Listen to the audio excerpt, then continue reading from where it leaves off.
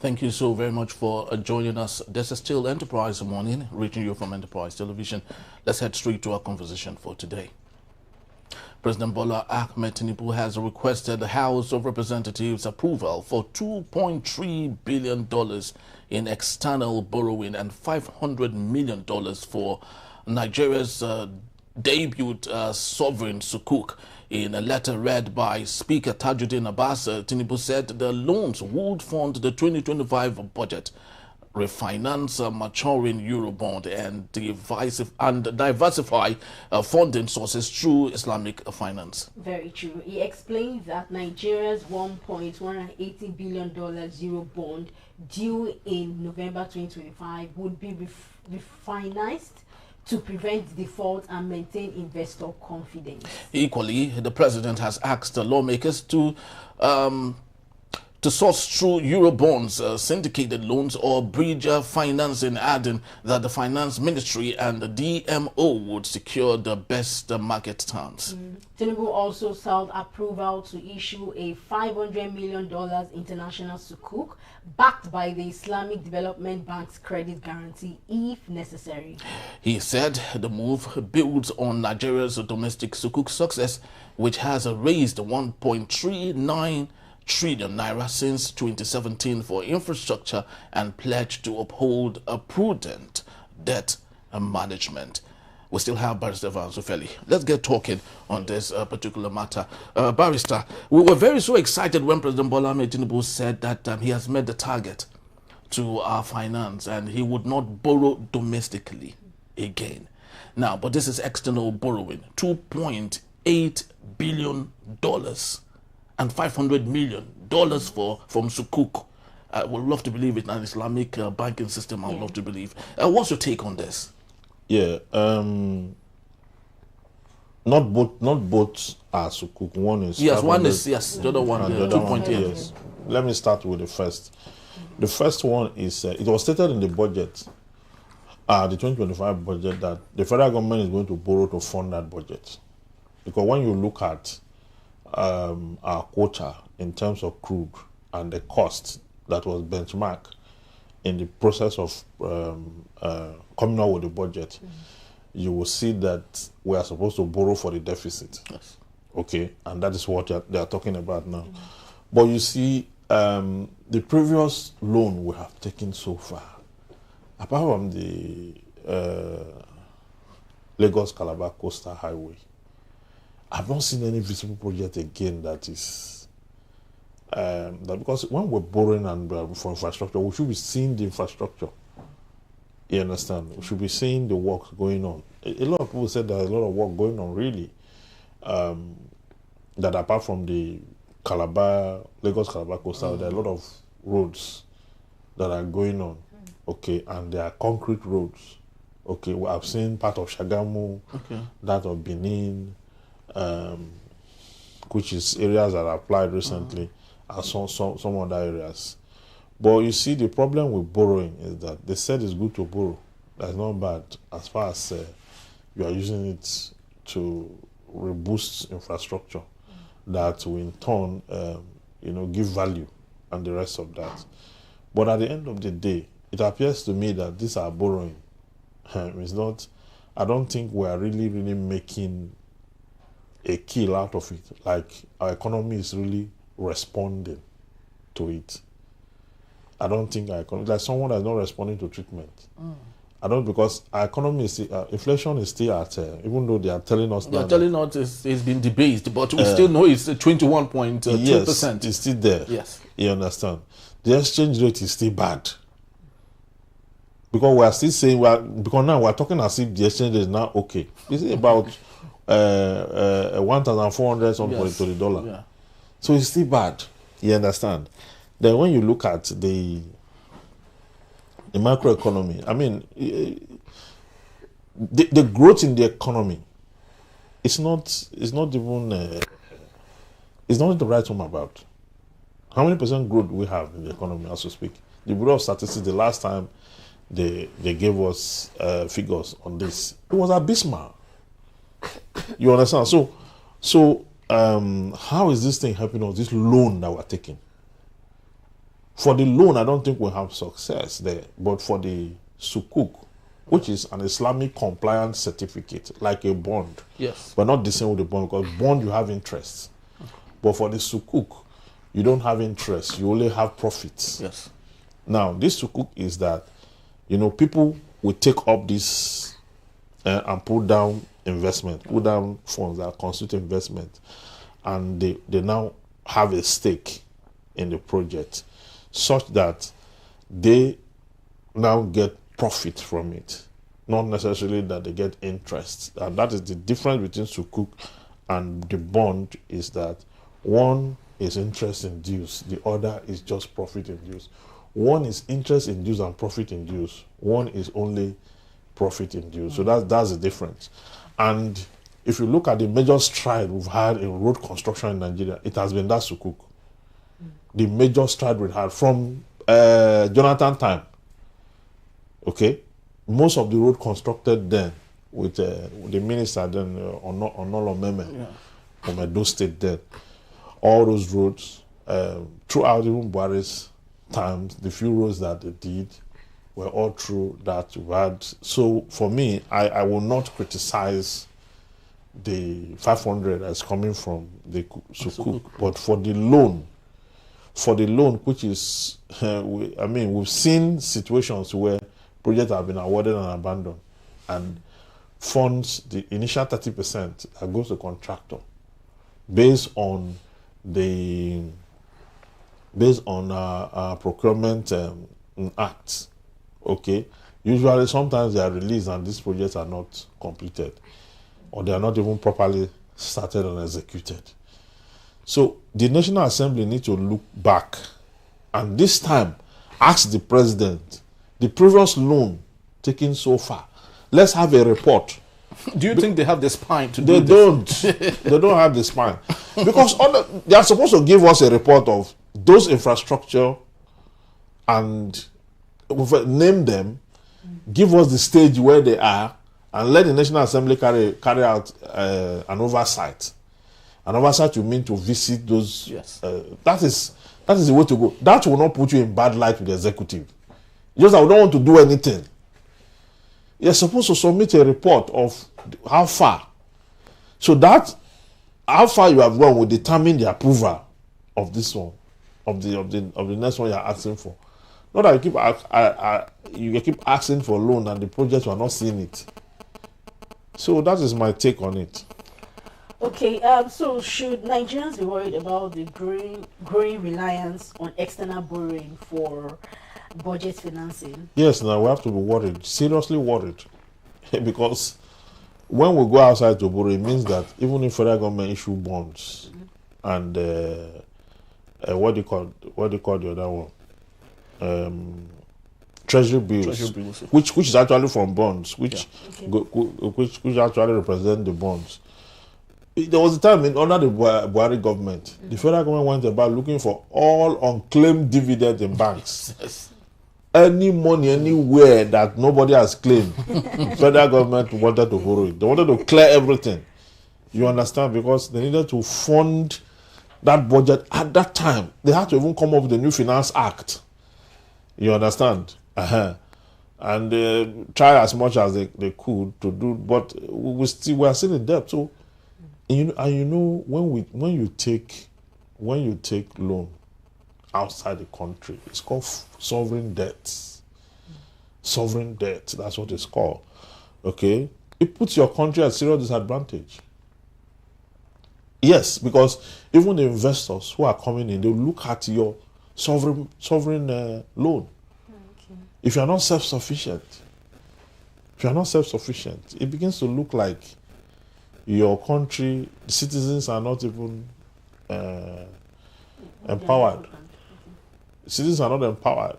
Okay, so there are so many parameters that investors will check. Among the priority is insecurity. We have that in huge supply.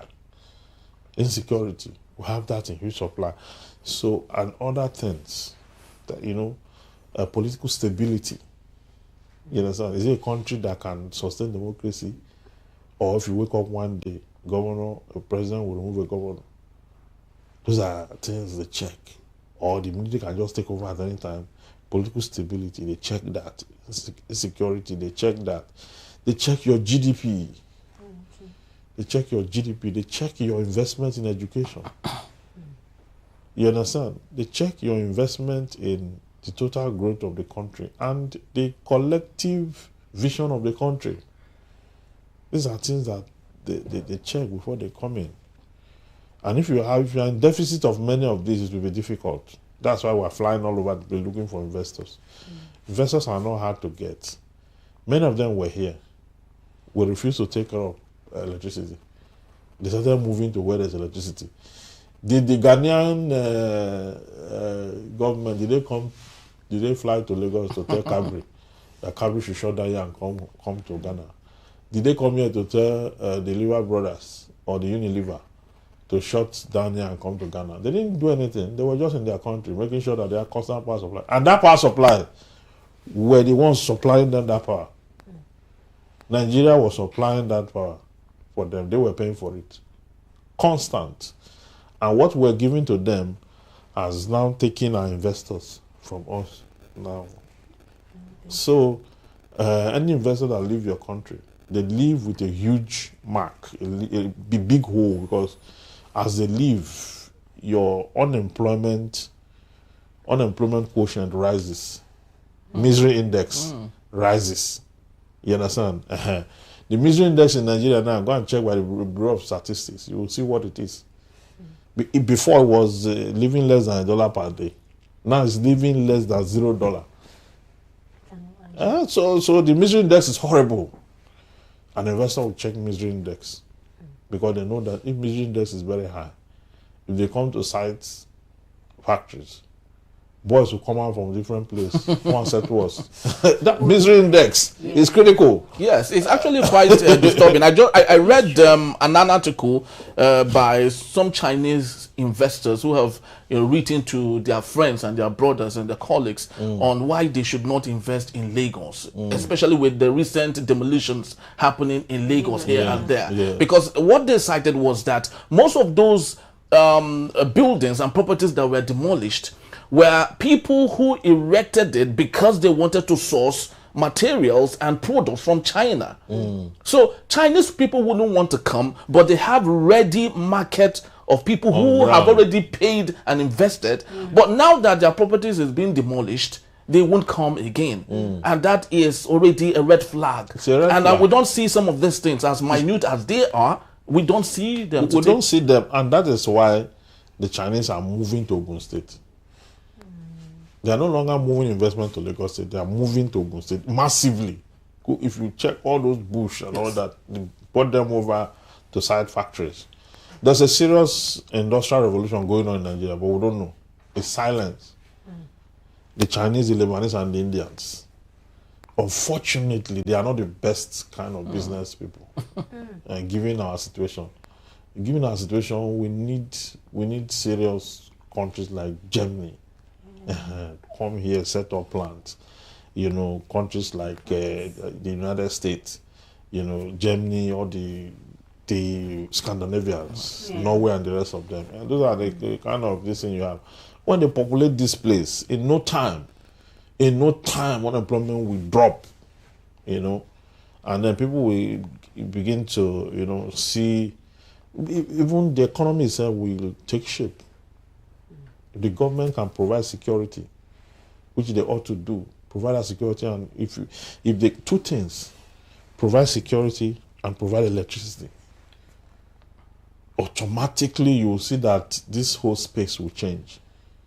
Because electricity will not only bring foreign investors, it will also breed startups within. And the Chinese economy grew in leaps and bounds by startups. You understand? Startups will not. Chinese don't have foreign direct investment. That's true. They don't. People don't go there to say they are the ones. They created their own. So themselves. Based on the Chinese Revolution, you know what it is it did to them. So they are all over the world. It means the Chinese are more of like dominating a particular space you know. Yeah, because they are much too. They are much now. India and China, they are the highest. India, in fact, their population is I think it's more than China. Yes, about a billion plus. Yes. But let's take a look at excuses and those within the corridor of power. Economists have found a way to justify all of these borrowings. They said that the floating of the naira might not look like what we see, because what it means is if they borrow 5 trillion, that is actually 2.5 trillion, not 5 trillion.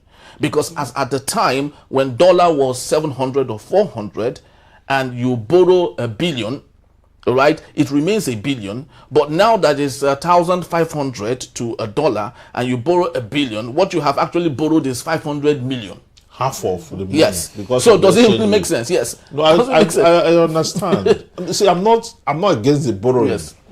I'm not against. In fact, the federal government can even write more letters to the National Assembly. You understand? I'm saying the ones we have taken so far, the investment in infrastructure. Can we have a report, a midterm report? Because this is 2 years now, right? So this is midterm now. Yeah.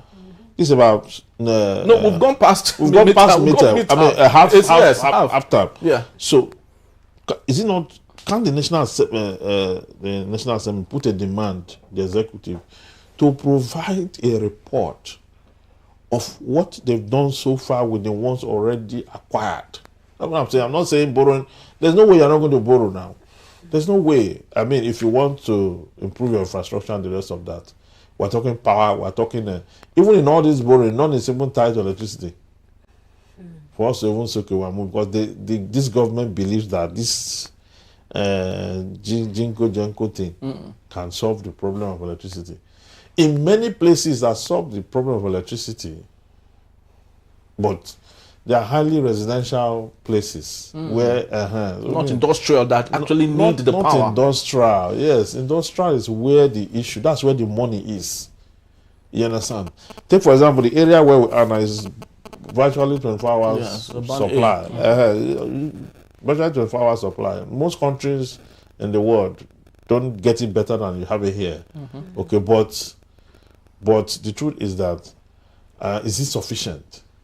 Can this change our economy? Can we grow from here?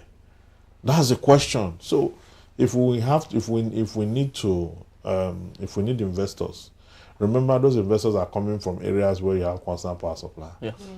So they are not going to come here and start to carry generator and carry this up and down because they want to, the ones who are already here are already used to it. The likes of the telecommunications and the rest of them are used to it. You know, they are used to doing business here and they have mastered the edges and the banks and all that. You understand? You know how the banks run generator from 8 in the morning to 5 p.m. and the rest of that. How the courts do that, how everyone is running. Why can't you have electricity for all these industries? Why can't you have electricity? If you have electricity for this industry, not only will the prices of their goods and services reduce, because there's a cost inflation that go with high cost of doing business, which is passed over to the end user. Okay. Yes, if I use generator to produce this phone and it costs me 1 million naira to produce it, okay, I'm going to add maybe like 200,000 naira or 100,000 naira to it as the cost inflation I'm passing to the end user. So at the end of the day, things are costly because they are produced under very expensive condition. Okay. Yes. So you pass cost inflation on top because that's what they call running cost. You cannot produce and sell below running cost. Yes. So you factor in salary, you factor in rent, you factor in electricity, you factor in logistics, you factor in everything. At the time you are arriving at the cost per unit, you understand, it has escalated. But if you have power supply and you have some of these other variables such that you don't need to run it on units of what you have produced, then you can get it as low as possible. That's why they say government should not be in business, but they should provide the enabling environment. The enabling environment is that constant power supply, that's security. Okay, when you have that, then you are good to go. Even with the risk, to tell you how profitable Nigeria is, even with the issue of insecurity, the Chinese, the Lebanese, and the Indians is sticking their neck out. They're still making it. Yes, one of them are still coming illegally into the country. There are a lot of illegal that had just visiting visa. They got here, the next thing you find them in sight, walking in sight. And many of them are even doing illegal mining, something that you cannot do in their country. You try, you can never return home. They are doing it here. If you go to our court, you see them being paraded every day at the Federal High Court. They are being charged with different offenses. Our prison, a lot of them are there. Even internet fraud. The other time the EFCC released about 200 plus Chinese nationals at VI. Yeah, at VI. A whole building. And also, so while you have the positive, you have the negative. But all government need to do is to ensure that the environment is okay to do. And this is going to be a win-win situation. If you have constant power supply, the industries will pay more. And like what I mean pay more is that both the industry and the power holding company or whatever, we have a win-win situation. Because constant power supply will mean we'll be able to work with light throughout. Yeah. And if we are seeing light, if you give us bill, we'll pay. Very well. So that's it. All right, Barrister, just before we call it a quit for the show, do you have some questions for Barrister? I think he has even said it. All right. Okay, so let's speak to sub-sovereign states and their borrowing tendencies. Godswill Akpabio, a couple of days back, said that he is aware that no state in Nigeria borrows any longer. And that's because President Bola Tinubu knows how to stand in the gap. No, they are still borrowing. You shouldn't say that. That's not true. Maybe he's no longer a governor, so how is he coming? Well, he may know. I won't dismiss him totally. But I know that Delta State, the state where I'm from, they are owing. I know that. So you shouldn't be saying that they are not borrowing. Has he gone around the 36 states to check their books or what? Does he have the right to do that by law? So to just say that they are no longer borrowing, he may say that the claim that what the federal government is saving from the subsidy, it is sharing it among the sub-sovereigns, the component states, which is true. Okay, so their allocation, their whatever it is, their allocation has increased much more than it was before. Okay, given that subsidy is now, so for very poor states, their revenue has also increased. That is correct. But to say that because of that, they are no longer borrowing again. If you go to some states, if you see the kind of projects going on in some states, there was a time, not too long ago now, they brought out the same Alex what you were talking about. They brought, he is a money man. Yes, he understands finance and knows how to go about it. Knows how to get it. Yes. So they brought out a report that the state is owing so and so. But that's not important. What is important is that whatever the state is owing, there's infrastructure on ground already for the citizens to thrive. And the state will collect tax. You understand? There's nobody with conscience in Abia State that government will come to have to pay tax or not pay tax. Yes. What's going on. And that's the confidence people are talking about, that if government have delivered, the area market as we speak is being transformed. Yes. I saw the image and I was and there are new alliances for heavy export of goods, and there are other MOUs, bilaterals that have been signed to improve quality standard, quality assurance of products. I'm talking about manufacturing now, which is critical, which is one of the biggest. You see, China became what they are today because of manufacturing. If you're not manufacturing, you're just consuming in a global economy, in a digitized world where the things that are produced in Nigeria here, okay, in some African countries, the likes of Burundi and the rest of that, it's like you are bringing product from America. You understand? So we used to have made in Nigerian goods. Yeah. Made in Nigeria, you wear sandals to school, made in Nigeria. Yes. So now that Aba Aziz is opening up and they are bringing in new machineries, and government is supporting that cause, if he gets a second term, by the time he is able to put in 8 years of that consistency, whoever is coming will have no choice than to take the bar up further. So that is how nation, that is how country grow. That is by, you know, being serious about what you are doing. Everything is not about embezzlement. Assemble the right team. Do something significant. Okay? Lagos is doing something about tourism now. There's this competition they want to have. Yes, it's been done already. Yes, it's concluded already. The e-boat so that boosts tourism. Because when I look at Lagos, I look at New York, I don't see any difference. The waterways, the way the houses rest on the sea, and the topography and everything. There's no difference. No difference in Lagos and New York. No difference. A lot of similarities. So, and in New York, you take a boat, you move from there to there, you pay $20 and all that. Why can't we do that? Unfortunately, what would have been seen as the New Jersey of Nigeria, which is Ogun State, is not profiting from the New York of Nigeria, which is Lagos. Abiodun just launched an airport, which lots of people say, how many people would love to use that airport rather than connect the red line and the blue line from Lagos to Abeokuta and other sides of Ogun State? He rather preferred an airport. Yeah, that is one of the problems we have, so that it will come in his name and the rest of that. Ogun State is not taking advantage of this proximity to Lagos at all. Just like you said, New Jersey is just a stone throw from. In fact, many people prefer to live in New Jersey and work in New York because New Jersey is cheaper to stay, and you know, the same topography, almost the same kind of lifestyle, but you know, it's better to go own houses or homes in New Jersey than to. So, but Ogun State is not doing that. Ogun State would rather sell the whole of their land to religious institutions where they congregate and, you know, bombard the heavens with the prayers, things that have no economic content and the rest of that, than to form alliance. Form alliance. They are almost the same kind of people. So it's easy. And if you have, if they partner with this blue line and whatever, the two states, it's going to generate a lot of revenue for both sides. Very so well.